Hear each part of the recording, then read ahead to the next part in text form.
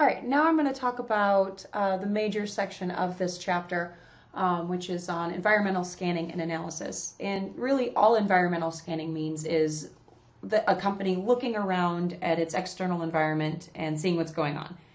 And then the analysis is taking that information and trying to do something strategic with it.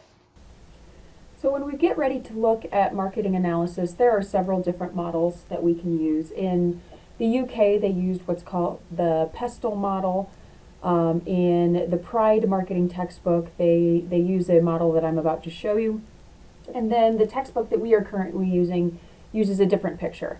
I'm showing you a couple different ones just because they have some different strengths and weaknesses. So like we learned about SWOT. But I'm going to show you what I like about this one, but you will be tested in the multiple choice questions on the one from our textbook. But this model is one that I'm going to have you draw on your exam. Okay, so this is something that you do need to know, even though it's not in your textbook, and I'm going to go over the different pieces of it. One of the reasons I like this one is because it takes the customer and puts them in the middle, because a company tends to exist for their customer, and because we are living in an age of a market orientation, businesses are listening to their customers and then building the 4 Ps, the marketing mix, around that. Another thing I like about this model is that the 4 Ps are the things that the company can control. Outside, we have the external environment, and these are the uncontrollable factors that impact a business. All a business can do is respond to these things with their marketing mix. Another model that tends to be used is this one, and still we have the consumers in the middle, but then instead of the 4 Ps, we have the company, and the 4 Ps would be up here with the company's decisions. Then we also have the competition and corporate partners. And corporate partners are really just firms or individuals that work with another firm together. So this might be as another member of the supply chain. This might be 2 businesses getting together to brand something together. So say we've got Febreze and Tide make a great smelling laundry detergent. They would be partnering. So that's really all that means. And then on the outside, we have what this model is calling the macro environment. And it lists almost exactly the same things that were listed in this other model. So I'm going to go through some of these factors. I'm going to start with the political environment, and this is important because these different factors can impact how your firm does business, how taxes work. So some businesses will locate their locations in areas that receive a tax benefit. There may or may not be sales taxes. There may or may not be trade regulations. It matters whether the government is stable, what the employment policy is, and whether there are consumer protection regulations in place. So, for example, in the United States, we have the FTC making sure that companies are not using misleading marketing practices, that they're not doing false advertising, and that they're not making products that are harmful to consumers, which is why you'll see recalls and companies trying to make things like that right. Books will usually also show a list like this of when different types of legislation were put into effect. I'm not going to have you memorize this. I likely won't really ask questions about it, but these are your rights as a consumer. So it's good to look through here because it might be interesting to you. The economic situation includes things like inflation, foreign currency, interest rates, the financial state of the government and population, spending power of consumers. So how much money do they have? How much of their income is disposable? How much of it is spent on bills versus things that they just want to buy? So these are things that the companies that I am assigning you are going to be mainly based in the United States. So you're going to be able to look this stuff up and answer these questions. Social environment. This does not mean social media. So if you talk about social media instead of the social environment, that's not what I'm looking for. Social environment is talking about society as a whole. This is sociology. This is what is important to groups of people. So what are the trends that are going on? So again, this is not social media. This is things like social trends. So marketers are paying attention to what consumers are saying and the concerns that they have about health and wellness. So this is why you're seeing a lot of watches and wearables, because people want to be more active and more healthy. Consumers also want to be more environmentally friendly, and they definitely have privacy concerns. So if you look in the news these days, you will see a lot going on with privacy concerns related to Google and Facebook. I'm also going to talk about more extensively generational cohorts, because that popped up in the discussion board. Not going to talk a lot about demographics. That will come up later when we talk about target markets. And I will talk very briefly about cultural differences. So generational cohorts, one thing to understand when you look at these is the dates on different sources will kind of wildly fluctuate. And this is because the general cohort that you are in really depends more on how you were raised. So if you were raised by people who were a little bit more old-fashioned, then that's going to place you in a different cohort than people who are more technologically savvy and behave differently. So the dates are just guidelines. So the baby boomers were around from, they were born between 1946 and 1964. So these people are not, they are aging, but they are not really that old. They're not the oldest generation. There are still generations older than these, but this is really when consumer behavior really started being impacted by generational cohorts, because this cohort was so big. There are so many of them. And the oldest boomers are now collecting Social Security. So where they're getting their income matters for marketers. They also outspend other cohorts in gifts, personal care, medical care, food away from home, and entertainment. And you can think about why this might be. Why would baby boomers be buying more gifts than other cohorts? I'll let you answer that question. They also tend to be more influenced by traditional advertising. So this is things like radio, television, and newspapers. Also sales representatives, and they are very sensitive to word of mouth recommendations than other cohorts are. So this is taking advice from friends and family, and even reviews like Consumer Reports. They tend to make fewer goods purchases online, so they're not quite as likely to hop on Amazon and just start buying stuff, but they are making purchases for services online and are making their travel purchases online. So this cohort, according to Lamhare and McDaniel, goes from 1965 to 76. You usually see this cohort extend into the 1980s, so that's a little bit unusual. But this is the first generation of latchkey children. That means that they went to school, and then after school they would go to after-school care. And the reason this is the first generation is this is the first time that their parents are both working parents. So this was a lot more common. 50% have divorced parents, 84% bought a smartphone in the last 2 years, and 71% bought a new tablet. 60% use a smartphone every day, 67% use a laptop or PC, likely for work.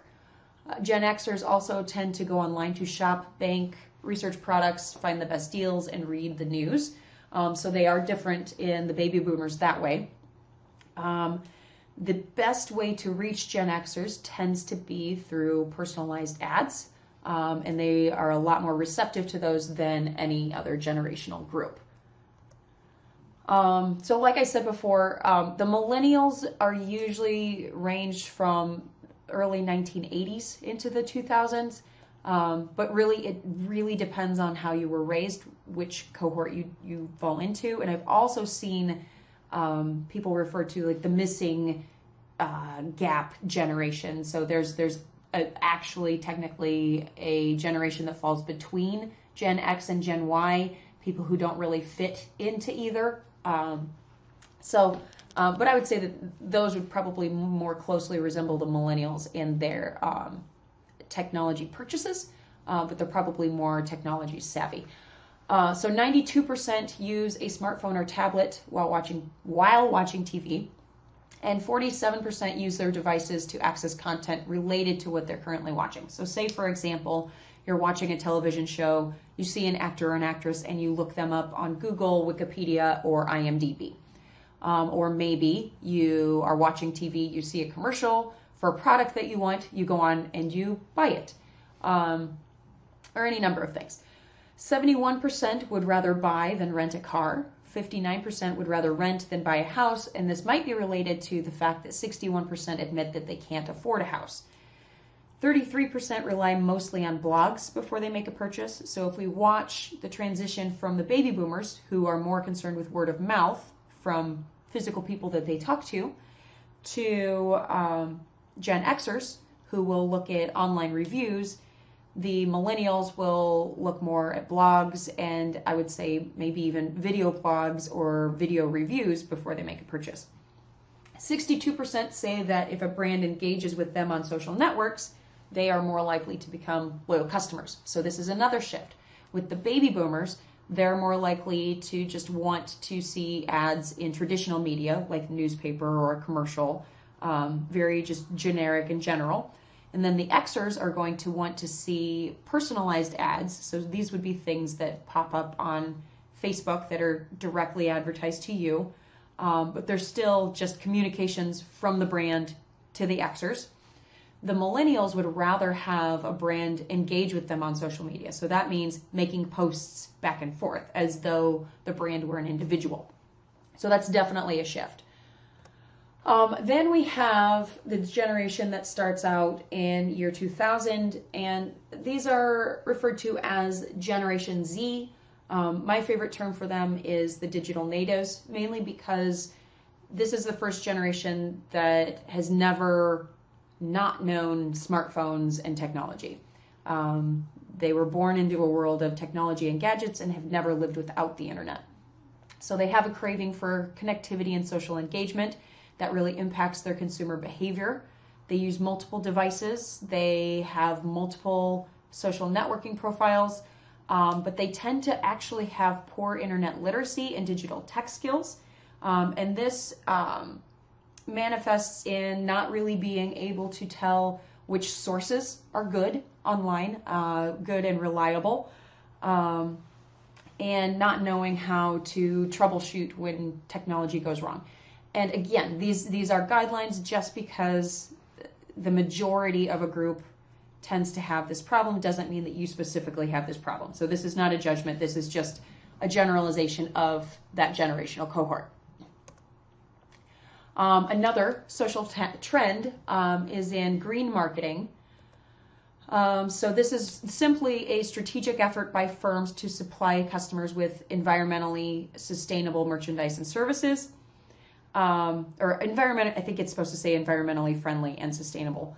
So this would be things like energy efficient appliances, energy efficient cars, recycled products, the company using solar and wind power to run their operations or their facilities, reducing their carbon footprint, planting trees when they use paper and things like that.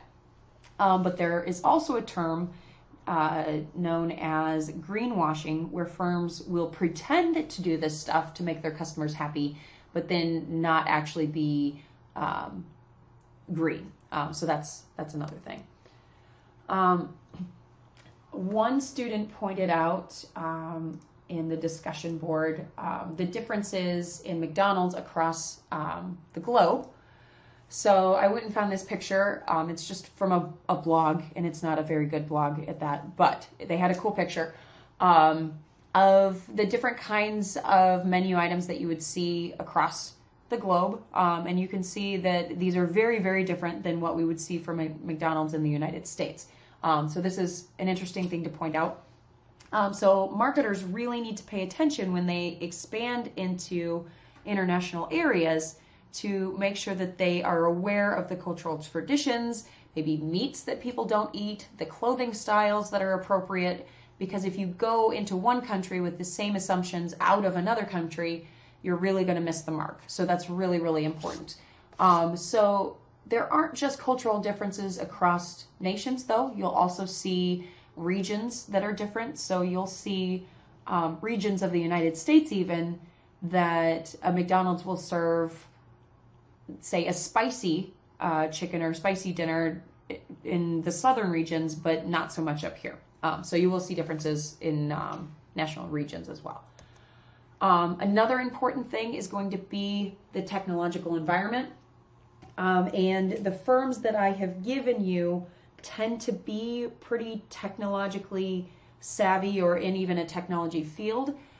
So you're going to need to be able to identify technology advances in, or threats even, in the environment that are going to affect them. And you're going to do this by looking for news articles on these businesses, press releases. One important thing to keep track of, and this was mentioned in the discussion board as well, is that Amazon's use of technology is becoming a threat to a lot of different industries that maybe didn't expect it. So, for example, it's been hard for bookstores to compete since Amazon entered with the Kindle. But there are also retailers that are struggling because of the advances that Amazon has made. They're also getting into services.